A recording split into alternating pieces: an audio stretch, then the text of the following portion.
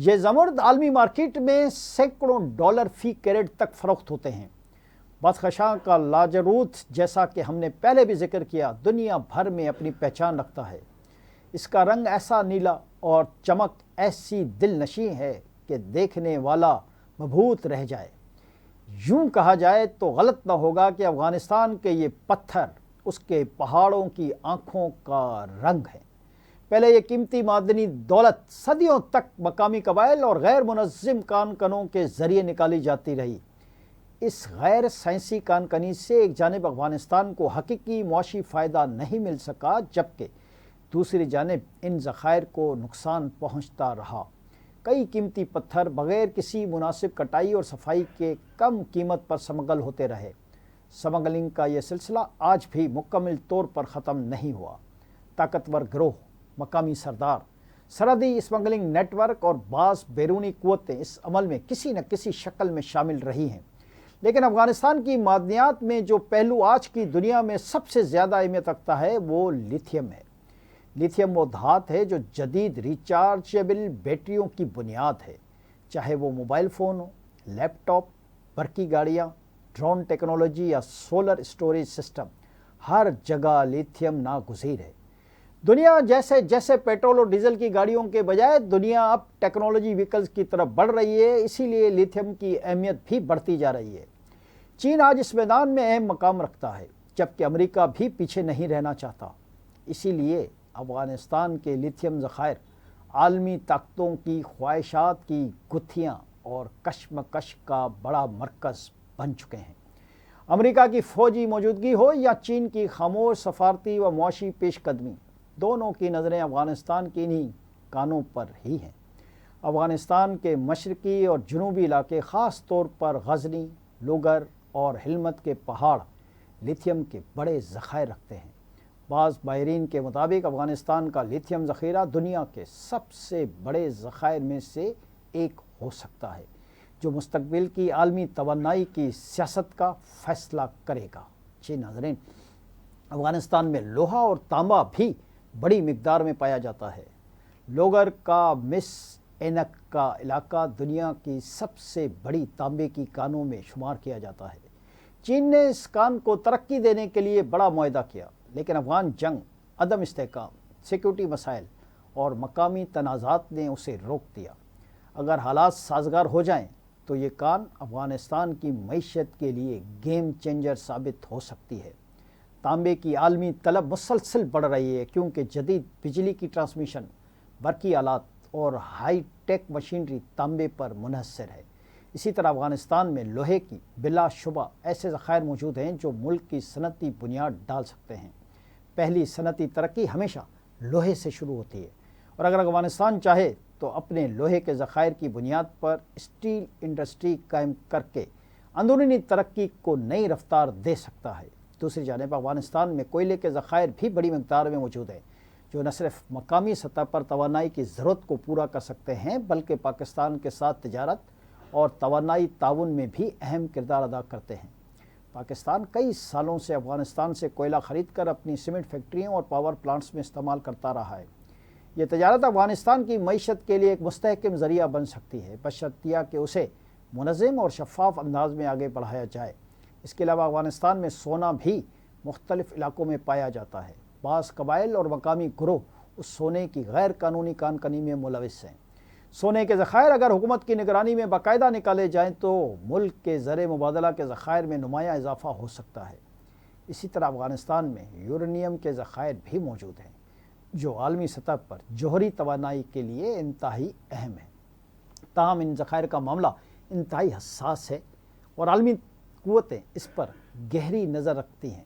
افغانستان کی معدنی دولت اس کے لیے نعمت بھی ہے اور آزمائش بھی۔ اگر ملک میں سیاسی استحکام، ادارہ جاتی مضبوطی، شفاف اقتصادی پالیسی اور علاقائی توازن پیدا ہو جائے تو یہ معدنی ذخائر افغانستان کو دنیا کے خوشحال ترین ممالک کی صف میں لا کھڑا کر سکتے ہیں۔ یہ معدنیات ملک کے انفراسٹرکچر، تعلیم، صحت اور روزگار کے نظام کو نئے سرے سے تشکیل دے سکتے ہیں۔ لاکھوں لوگوں کو روزگار مل سکتا ہے، صنعتیں جنم لے سکتی ہیں اور برآمدات میں اضافہ ہو سکتا ہے، لیکن شرط یہ ہے کہ طالبان رجیم اپنے آپ کو اپنے عوام کا خیر خواہ ثابت کریں۔ اور بھارت سمیت دیگر ممالک کی سازشوں کا شکار ہونے کے بجائے اپنے معدنی وسائل اور ذخائر پر توجہ دیں۔ افغان طالبان ہر دھرمی چھوڑ کر پاکستان سمیت تمام پڑوسی ممالک سے اچھے تعلقات قائم کریں، لیکن اگر بدامنی، باہمی گروہی تنازعات، بیرونی مداخلت اور بدعنوانی کا سلسلہ اسی طرح جاری رہا تو یہ ذخائر ایک بار پھر غیر منظم ہاتھوں میں جاتے رہیں گے۔ افغانستان کے مستقبل کا دار و مدار اس کی زمین کے نیچے چھپے خزانے پر نہیں بلکہ اس کے لوگوں کے ہاتھ میں ہے۔ اگر افغان قوم اندرونی اتحاد پیدا کر لے، بیرونی طاقتوں کے کھیل سے نکل کر خود فیصلے کرے، پاکستان کے تجربات سے فائدہ اٹھائے اور ایک منظم معدنیاتی پالیسی تشکیل دے اور بین الاقوامی کمپنیوں کے ساتھ قومی مفاد کی بنیاد پر معاہدے کرے تو افغانستان نہ صرف معاشی طور پر اپنے پیروں پر کھڑا ہو سکتا ہے بلکہ علاقائی سیاست میں بھی اہم کردار ادا کر سکتا ہے۔ اگر افغان طالبان سمجھیں تو افغانستان صرف جنگ کا نام نہیں، یہ معدنی دولت، تہذیب اور قدرتی حسن کا نام بھی ہے۔ اس کی پہچان اگر دوبارہ تعمیر ہو جائے تو یہ ملک دنیا کے نقشے پر ایک نئے انداز میں ابھر سکتا ہے۔ دنیا کی نگاہیں ابھی بھی افغانستان کی طرف ہیں، لیکن اس بار میدان جنگ کے لیے نہیں بلکہ زمین کے سینے میں پوشیدہ اس دولت کے لیے جو مستقبل کی ریاستوں کی طاقت کا فیصلہ کرے گی۔ اب بھی وقت ہے کہ طالبان رجیم ہوش کے ناخن لے اور دہشت گردوں کا ساتھ دینے کے بجائے امن و استحکام اور ترقی کی بات کرے۔ اس میں افغان عوام کا فائدہ ہی فائدہ ہے اور یہی راستہ افغانستان کے روشن مستقبل کی ضمانت فراہم کر رہا ہے۔ آج کے لیے اتنا ہی، اگلے پروگرام تک کے لیے اپنے میزبان جیم جمالی کو اجازت دیجیے۔ اللہ حافظ۔